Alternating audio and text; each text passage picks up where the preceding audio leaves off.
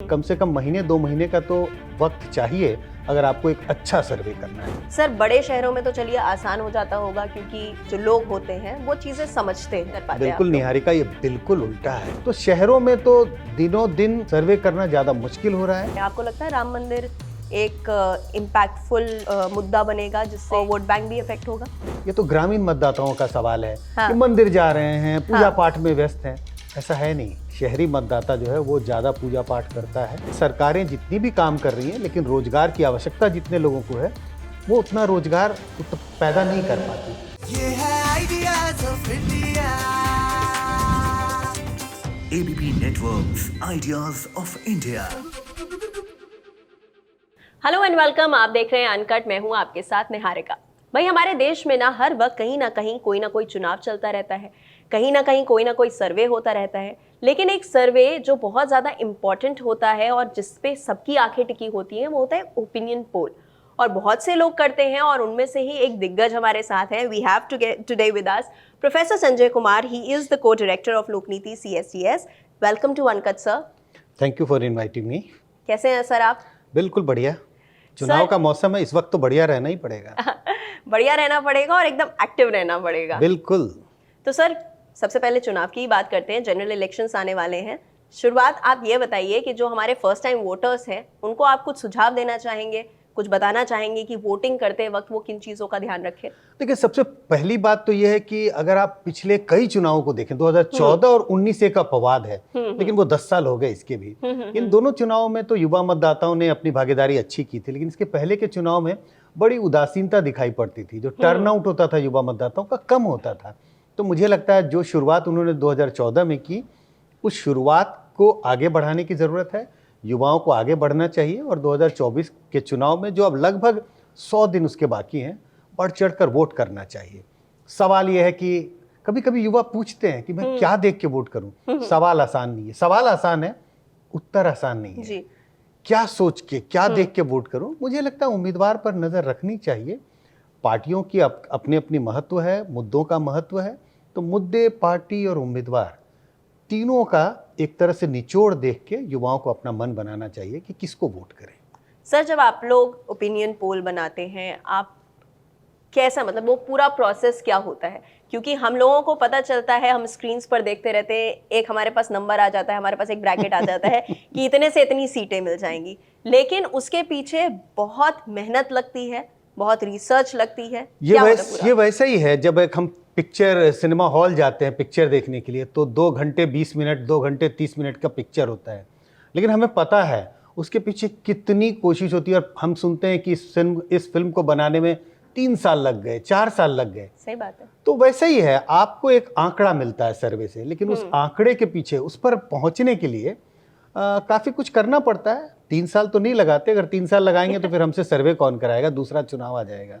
लेकिन हाँ, कहाँ सर्वे करना है, सैम्पलिंग कहाँ करनी है, क्वेश्चनर कैसे बनाएं, कैसे लोगों तक जाएं, तो तैयारी करनी होती है। कम से कम महीने 2 महीने का तो वक्त चाहिए अगर आपको एक अच्छा सर्वे करना है, तो इतनी तैयारी तो चाहिए। सर बड़े शहरों में तो चलिए आसान हो जाता होगा क्योंकि जो वहाँ की आवाम होती है, जो लोग होते हैं, वो चीज़ें समझते हैं।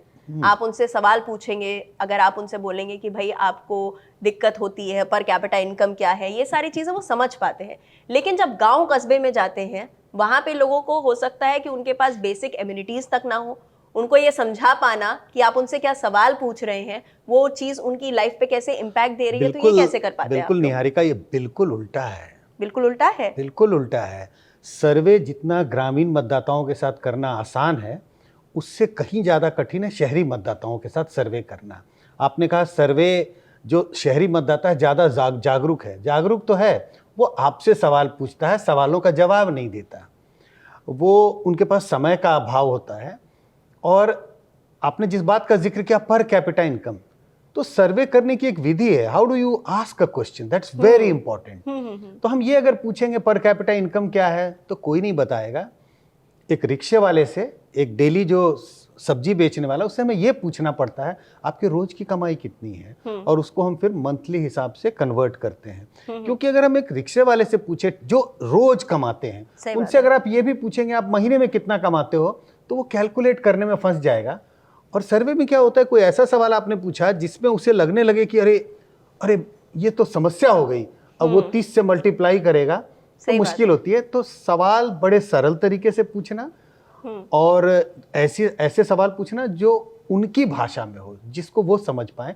तो शहरों में तो दिनों दिन सर्वे करना ज़्यादा मुश्किल हो रहा है, क्योंकि वो आपका सर्वे करने लगते हैं। और आजकल बहुत सारे सर्वे होते हैं, कहाँ से आए, क्या कर रहे हैं, क्यों कर रहे हैं, कितने पैसे कमा रहे हो। तो उल्टा है ये बिल्कुल। अच्छा, ये बहुत इंटरेस्टिंग था वैसे जानने में, क्योंकि हम लोगों को समझ में यही आता होगा कि यार शहर में रह रहे हैं, जवाब दे देते होंगे, क्वेश्चनर भेज दिया तो भर के भेज देते होंगे। ये वैसे ही उल्टा है। जैसे मैं एक अगर सर्वे के आंकड़ों का जिक्र करूं, हाँ। धार्मिक रिलीजियोसिटी की कि लोग कितना मंदिर जाते हैं, मस्जिद जाते हैं, पूजा पाठ कितना करते हैं, तो अमूमन लोगों से अगर ये पूछते हैं कि कौन ज़्यादा पढ़े लिखे ग्रामीण या जो कम पढ़े लिखे और शहरी मतदाता, तो लोगों को लगता है कि अब किसके पास इतना टाइम है, ये तो ग्रामीण मतदाताओं का सवाल है हाँ। कि मंदिर जा रहे हैं, पूजा पाठ में व्यस्त हैं। ऐसा है नहीं। हाँ। ये सर्वे के आंकड़े ही बताते हैं कि ऐसी बात नहीं है। शहरी मतदाता जो है वो ज़्यादा पूजा पाठ करता है। तो कई चीज़ें ऐसे हैं, और सर्वे की ये जो विधि है ये बहुत बार सरप्राइजेस लेके आता है, और यही एक खूबी है सर्वे की, आपको सरप्राइज करती है चीज़ें। सर 2024 के इलेक्शंस होने वाले हैं, आपको क्या लगता है मेन मुद्दे क्या होंगे? आप 2024 के लिए सर्वे करें, या हमने 2014 के लिए किया, या 2004 के लिए, या आप कहें 1996 के लिए। अगर आप लोगों से मुद्दों की बात करें तो दो मुद्दे बड़े अहम हैं, जो देश में पहले भी थे आज भी हैं, महंगाई और बेरोजगारी का मुद्दा। ये दो मुद्दे लगातार बने हुए हैं, क्योंकि सरकारें जितनी भी काम कर रही हैं, लेकिन रोजगार की आवश्यकता जितने लोगों को है वो उतना रोजगार पैदा नहीं कर पाती। तो ये दो मुद्दे लगातार बरकरार हैं। लेकिन कई बार ऐसा देखने को मिलता है, ये मुद्दे तो होते हैं, लेकिन आजकल थोड़े मुद्दे बदल गए हैं जिस पर लोग वोट कर रहे हैं। पिछले 2-4 चुनाव में हमने देखा ये मुद्दे हैं, लोग कहते हैं हाँ ये एक अहम समस्या है, लेकिन राष्ट्रवाद की जो भावना है, लोगों को अपनी आइडेंटिटी का सवाल, हिंदू होने का सवाल, हिंदुस्तानी होने का सवाल, हिंदुस्तानी होने का गर्व, ये सारे मुद्दे आजकल पिछले 3-4 सालों में चुनाव में एक अहम भूमिका निभा रहे हैं। चुनावों के हम बहुत करीब हैं और आप बता रहे हैं कि कैसे हिंदू होना और ये सारे फैक्टर्स भी इम्पैक्ट कर रहे हैं। आपको लगता है राम मंदिर एक इम्पैक्टफुल मुद्दा बनेगा जिससे वोटर टर्नआउट अफेक्ट होगा और वोट बैंक भी अफेक्ट होगा? देखिए, ये कह पाना तो बहुत मुश्किल है कि राम मंदिर का मुद्दा स्टैंड अलोन बड़ा मुद्दा होगा या नहीं। लेकिन जैसे मैंने कहा, राष्ट्रवाद की जो भावना है, अपने आइडेंटिटी की, मैं हिंदुस्तानी हूँ और हिंदुस्तान और हिंदू होने का हमें गर्व है, इसमें ये सारी चीज़ें फीड इन करती हैं। और उसमें एक राम मंदिर का भी मुद्दा है। तो मुद्दा तो है, लेकिन कितना बड़ा होगा वो आने वाला समय बताएगा। लेकिन मुझे लगता है नॉर्थ इंडिया के राज्यों में ये एक अहम भूमिका होने वाली है इस मुद्दे की इन चुनाव में। ठीक है। इसके अलावा अगर हम लोग बात करें, आपके सर्वे सिर्फ ओपिनियन पोल तक सीमित नहीं है। आपने अनएम्प्लॉयमेंट की बात की, और India is one of the most youthful country. यहाँ पे सबसे ज़्यादा यूथ है इस वक्त। आपको लगता है कि यूथ है, इलेक्शंस आने वाले हैं, अनएम्प्लॉयमेंट है, तो ये सारी चीज़ें बहुत इम्पैक्ट करेगी ना सिर्फ इलेक्शन को, बट जिस तरीके से इंडिया आगे बढ़ेगा? आपने जिस बात का जिक्र किया, हम सिर्फ इलेक्शन पे सर्वे नहीं करते। हाँ। सच बात है, हम युवाओं का भी अध्ययन करते रहे हैं। जिस संस्था में मैं काम करता हूँ, युवाओं पे लगातार हम अध्ययन करते हैं। युवाओं की जो जागरूकता है और जिज्ञासा और पार्टिसिपेशन इलेक्शंस में बढ़ा है। अगर हम बेरोजगारी की बात करते हैं तो युवाओं को छोड़ के जो दूसरे अधिक आयु वर्ग के मतदाता हैं, उनमें थोड़ा बेरोजगारी को लेकर कम रहता है आंकलन। युवाओं के बीच में अगर जब सर्वे करते हैं तो बेरोजगारी हो, एजुकेशनल अपॉर्चुनिटीज़ हो, इस पे उनका कंसर्न ज़्यादा दिखाई पड़ता है, उनकी उत्सुकता बढ़ी है। पिछले 2-3 चुनाव में हमें ऐसा देखने को मिला। कोई वजह नहीं है कि 2024 में इसमें कोई नए ट्रेंड की गुंजाइश है। इन चुनाव में भी युवाओं की जागरूकता, भागीदारी, इंटरेस्ट मुझे लगता है बढ़ता हुआ दिखाई पड़ रहा है। ठीक है सर, क्योंकि अब हम आइडियाज़ ऑफ इंडिया के मंच पर हैं, तो ये भी जानना आपसे ज़रूरी होगा कि आपके हिसाब से आइडिया फॉर इंडिया क्या है? कठिन सवाल है, उत्तर भी कठिन है।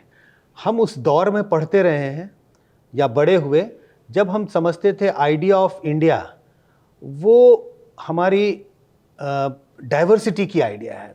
हम उसको चेरिश करते थे, हम उसको मतलब we used to cherish. India is a diverse country and when we talk about diversity, हर चीज़ की डाइवर्सिटी है। कपड़े की डाइवर्सिटी है, फूड की डाइवर्सिटी है, कल्चर की डाइवर्सिटी है, हर बात की डाइवर्सिटी है और पॉलिटिकल डाइवर्सिटी भी है।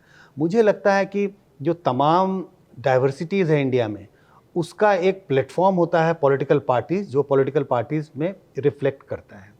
तो मेरे हिसाब से अगर आइडिया ऑफ इंडिया की बात मैं करूं, तो मुझे लगता है कि हिंदुस्तान की जो डाइवर्सिटी है, and I am talking about all kinds of diversity, वो आइडिया ऑफ इंडिया है।